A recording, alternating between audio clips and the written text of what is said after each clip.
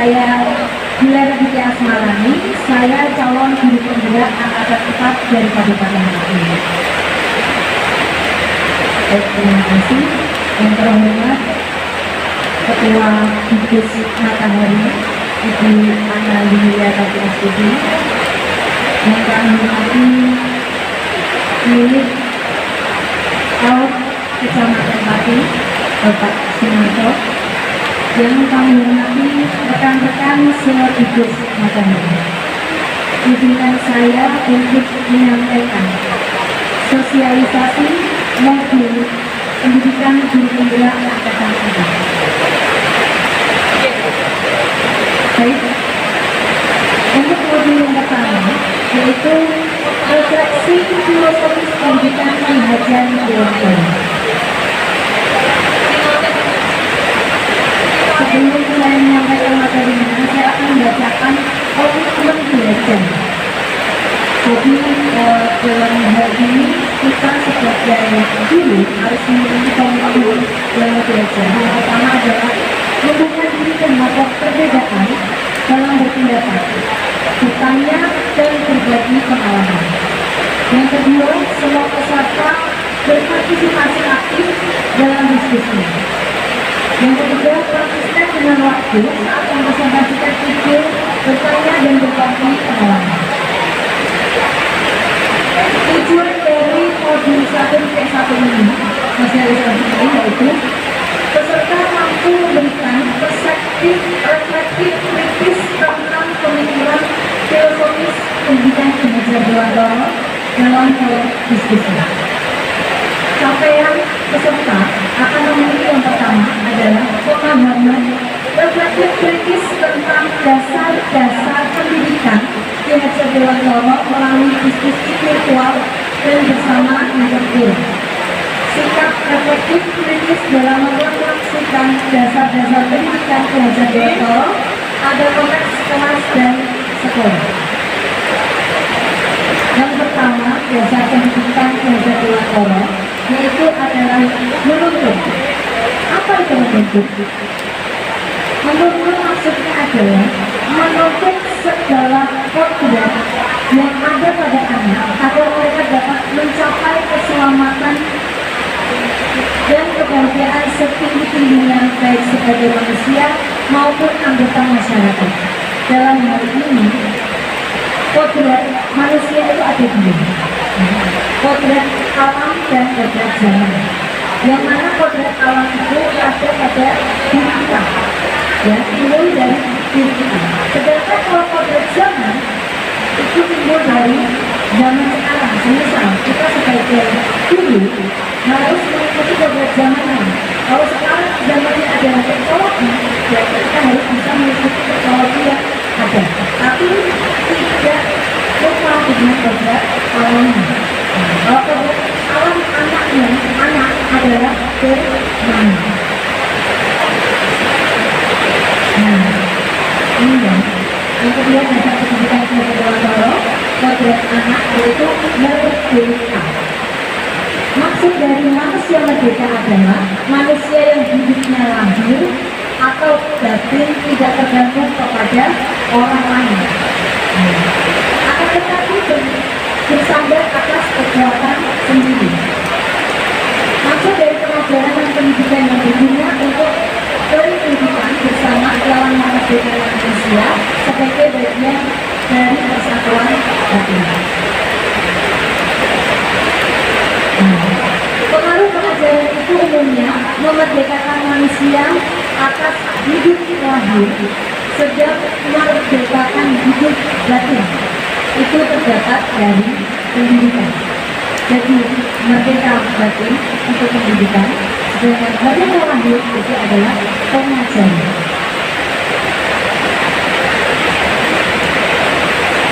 Dasar selanjutnya adalah kodrat anak.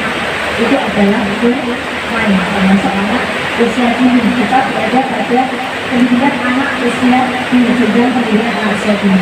Jadi kodratnya anak itu adalah bermain.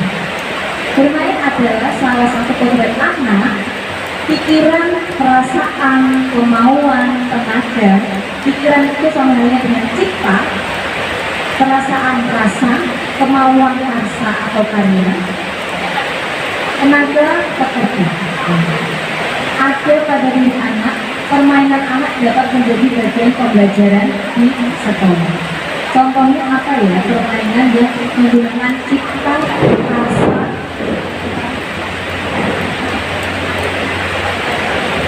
rasa, dan tenaga. Kalau orang Jawa pasti sudah tahu ya, namanya permainan gerobak sodor. Gerobak sodor itu pasti menggunakan tenaga, pikiran dan perasaan. Bagaimana caranya bermain gerobak sodor? Menggunakan cipta, rasa, karsa, dan apa dulu namanya pekerja. Kemudian selanjutnya adalah pendidikan yang berpihak pada anak. Apa itu ya?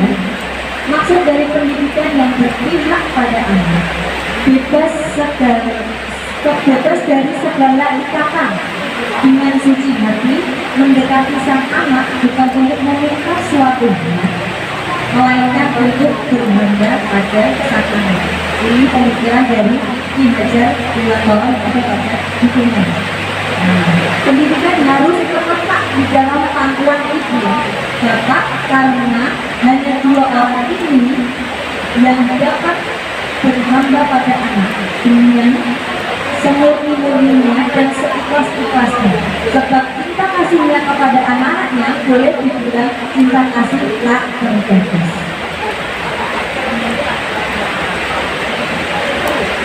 Kemudian dasar yang keempat yaitu bukan tabula rasa. Anak itu bukan kertas kosong yang bisa digambar sesuai dengan keinginan orang dewasa. Tapi anak itu lahir dengan kekuatan kodrat yang masih sama-sama. Jadi ibaratnya kertas, dia itu sudah ada tulisannya, tapi sama-sama. Kemudian kita sebagai guru, bagaimana cara kita menebali tulisan itu biar jadi tulisan yang indah, bukan dirubah, ya, dirubah dalam artian dihapus, terus kita sebagai guru merubahnya, tidak, tapi hanya menebali sudah sesuai dengan kodratnya anak itu. Kita tugasnya sebagai guru hanya menebali garis-garis samaan agar dapat memperbaiki lakunya untuk menjadi manusia yang seutuhnya. Selanjutnya yaitu budi pekerti, yaitu pikiran-pikiran kehendak atau kemauan. Pekerti artinya tenaga, cipta, rasa, karsa, dan pekerti bisa menghasilkan keseimbangan atau keselarasan hidup.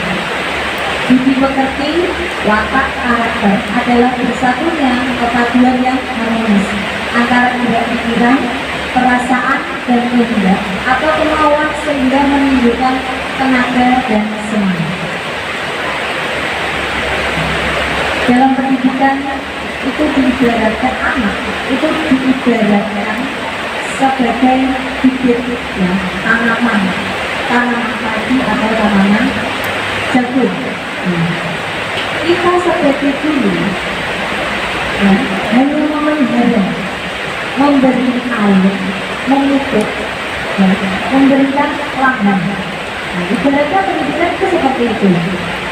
Kita ibaratkan guru itu sebagai petani, ya, berkewajiban menanam jagung misalnya, yang dapat menuntun tumbuhnya jagung. Ya. Dia dapat memperbaiki kondisi tanah, memelihara tanaman jagung, memberi pupuk dan air, membasmi ulat yang mengganggu hidup tanaman dan sebagainya. Jadi kita sebagai guru itu sebagai petani, ibaratnya anak itu seperti bibit jagung atau bibit padi. Meskipun bibit itu jelek seperti apapun, kalau kita sebagai petani bisa memberikan perairan yang bagus, pupuk yang bagus, tanahnya juga bagus, pasti akan tumbuh jagung atau padi yang baik juga, akhirnya dipanen dengan baik. Tidak ada anak yang buruk, itu tidak ada, anak yang bodoh itu tidak ada. Tinggal kita sebagai guru bagaimana laku kita untuk anak agar anak itu bisa menjadi baik. Terima kasih, itu untuk modul 1.1. Selanjutnya saya akan mempresentasikan atau mensosialisasikan modul 1.4, yaitu tentang budaya positif. Nah, sebenarnya modul ini tuh paling menyenangkan.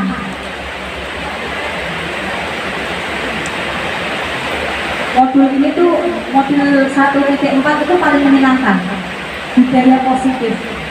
Karena di sini itu saya diajarkan bagaimana sikap saya sebagai guru apabila anak melakukan sesuatu kesalahan. Saya memposisikan sebagai teman, sebagai manajer, ya. Nah, bagaimana? Ini sangat menarik sekali.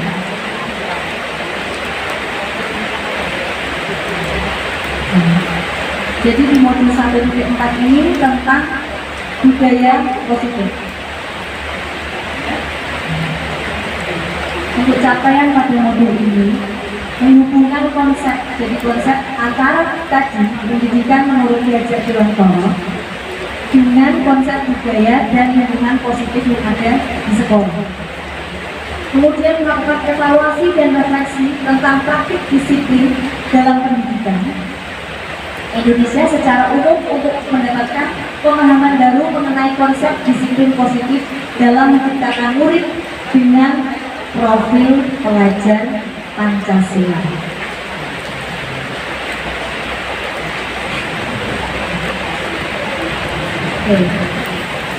Perubahan paradigma dari stimulus respon menjadi teori kontrol. Stimulus responnya, kita mencoba mengubah orang agar berpandangan sama dengan kita. Teori kontrolnya, kita berusaha memahami pandangan orang lain tentang dunia. Kemudian perilaku buruk terlihat sebagai suatu kesalahan. Sedangkan teori kontrolnya, semua perilaku memiliki tujuan, baik perilaku buruk maupun perilaku yang baik, itu memiliki tujuan. Kemudian orang lain bisa mengontrol saya bisa mengontrol orang lain. Sedangkan teori kontrolnya, hanya Anda yang bisa mengontrol diri Anda. Pemaksaan ada pada saat tujuan gagal. Anda tidak bisa mengontrol orang lain, tapi sebenarnya kolaborasi dan konsensus menciptakan pilihan-pilihan yang baru. Model berpikir, teori kontrolnya sama, model berpikir menang atau kalah. Teori kontrolnya adalah menang.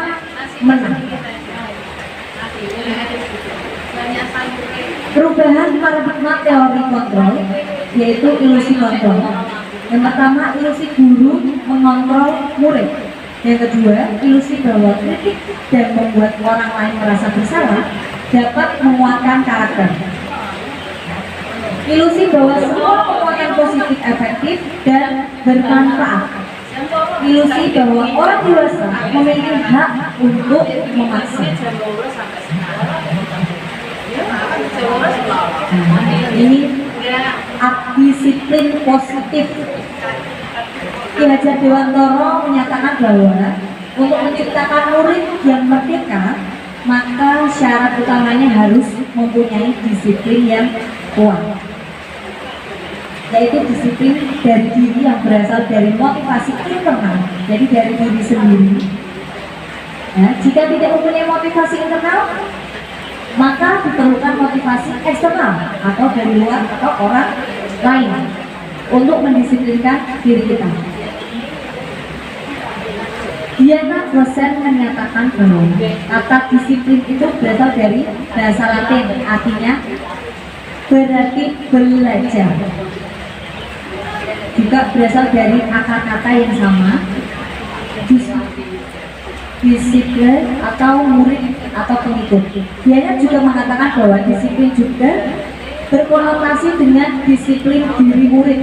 Disiplin diri dapat membuat seseorang menggali semua potensi dirinya untuk mencapai suatu tujuan sesuai yang dihargai dan bermakna. Tujuan dari disiplin positif itu apa?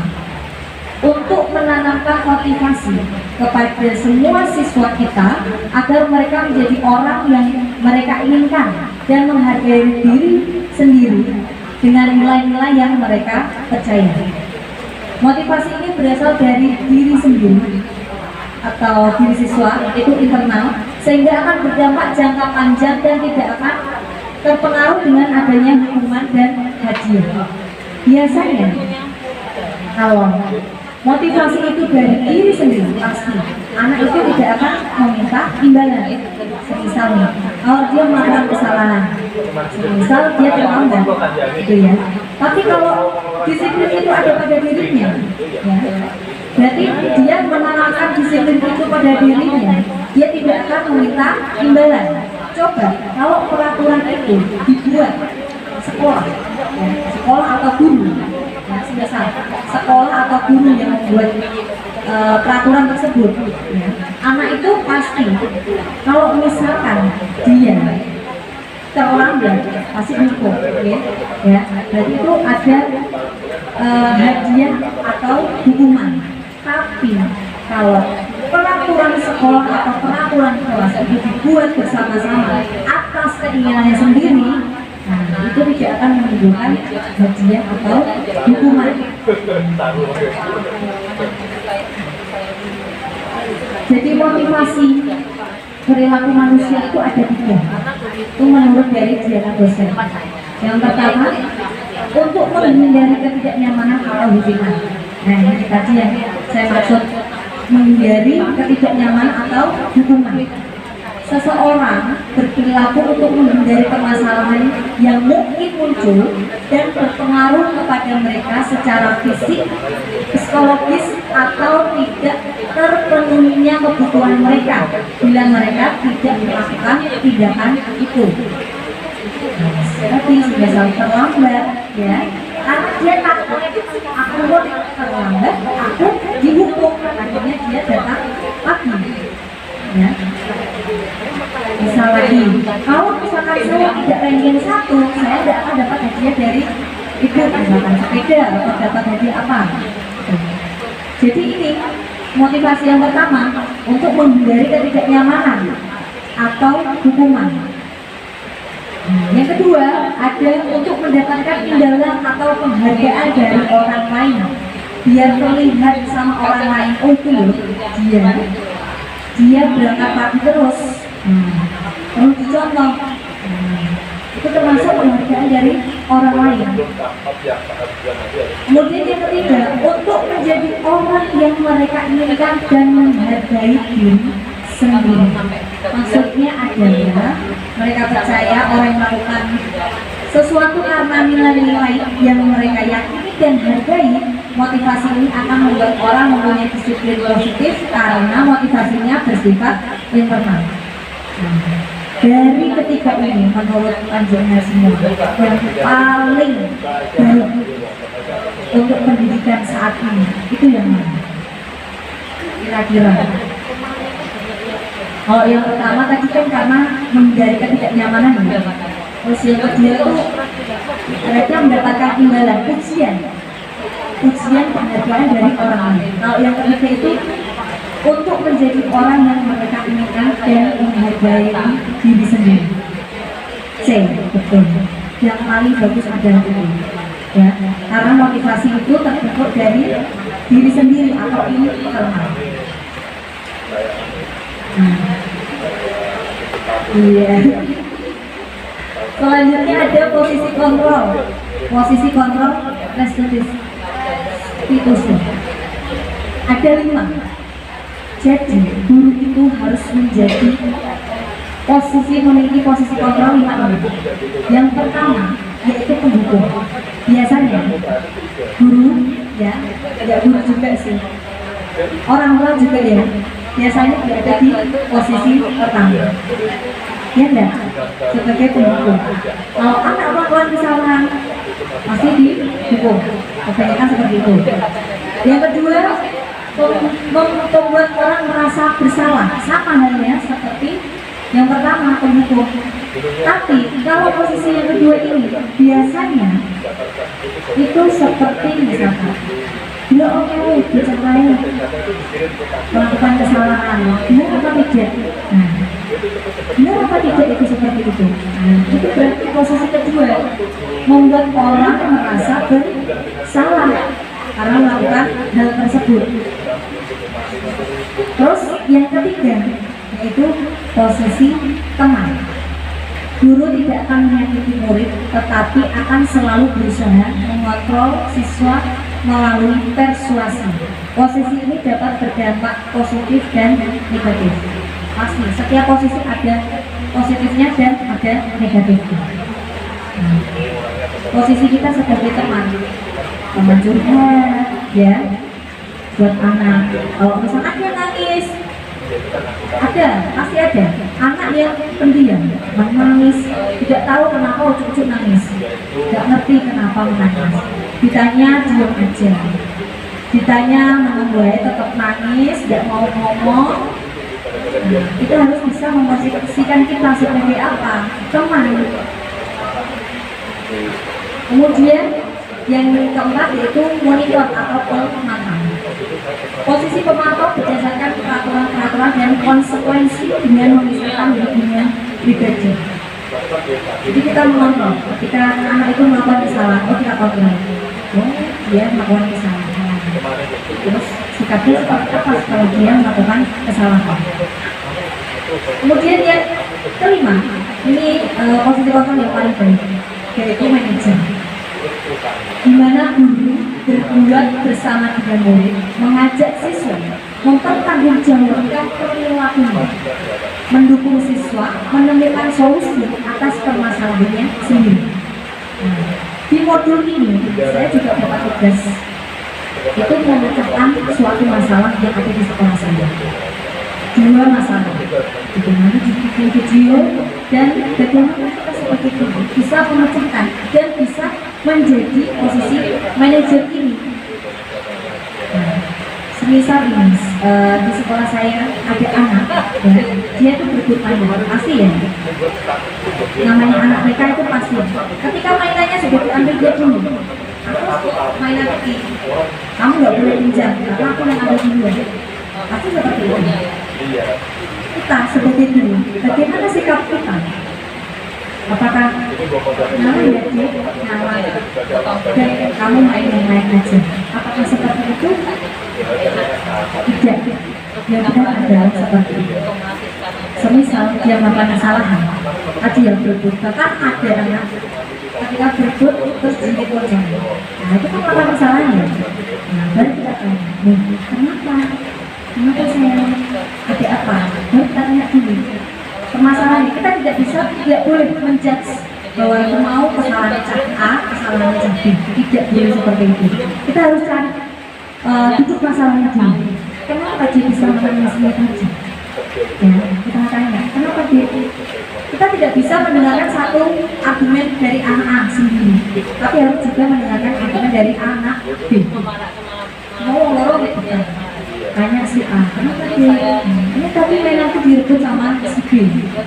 Oh, seperti itu. Benar seperti itu enggak? Kita lihat, dia jujur enggak?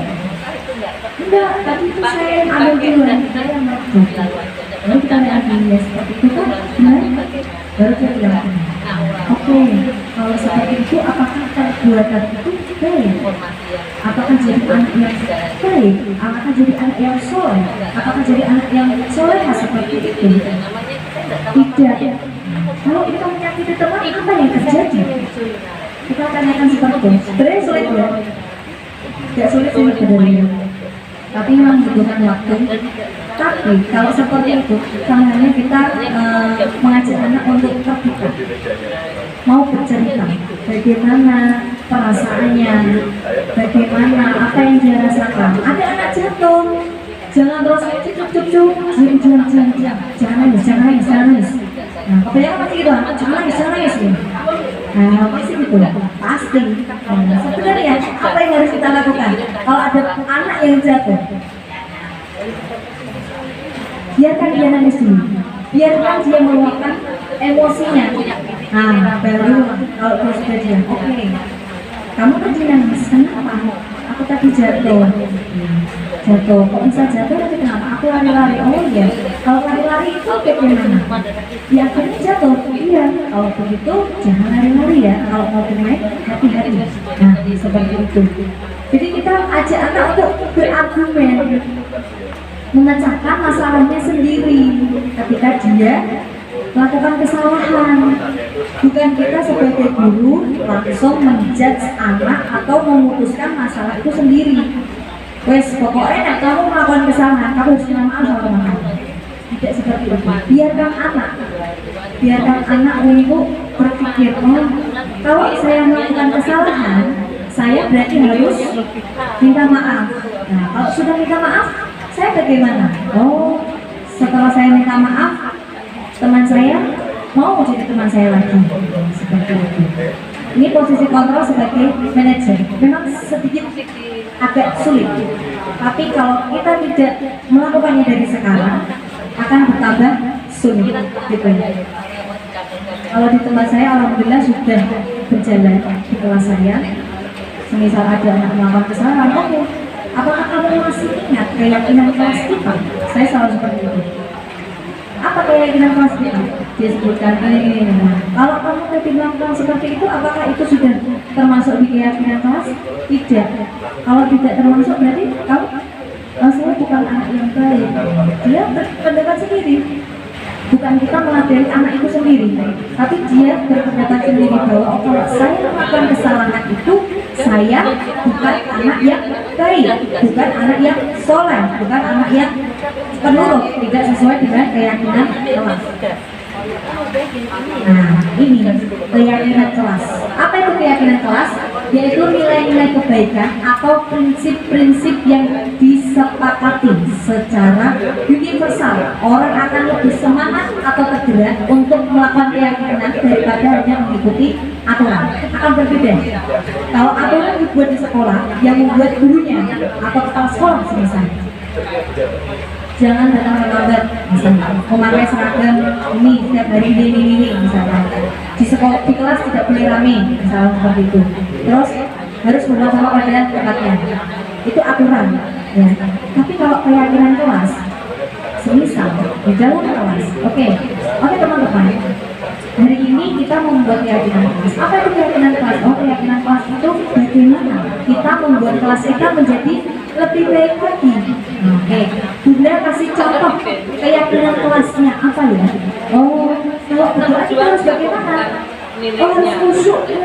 Nah, kita buat keyakinan kelas, berarti kalau setiap kita berdoa harus yang khusyuk. Oke, selanjutnya apa lagi? Tidak boleh teriak-teriak di dalam kelas. Dia yang membuat sendiri, itu namanya keyakinan kelas. Keyakinan kelas diciptakan sendiri dan dilaksanakan sendiri pada anak. Ya, bukan guru yang membuat aturan itu, tapi anak. Jadi kalau aturan itu dibuat anak, pasti anak akan ingat selalu, pasti. Apa sih keyakinan kelas? Tidak boleh teriak-teriak di dalam kelas.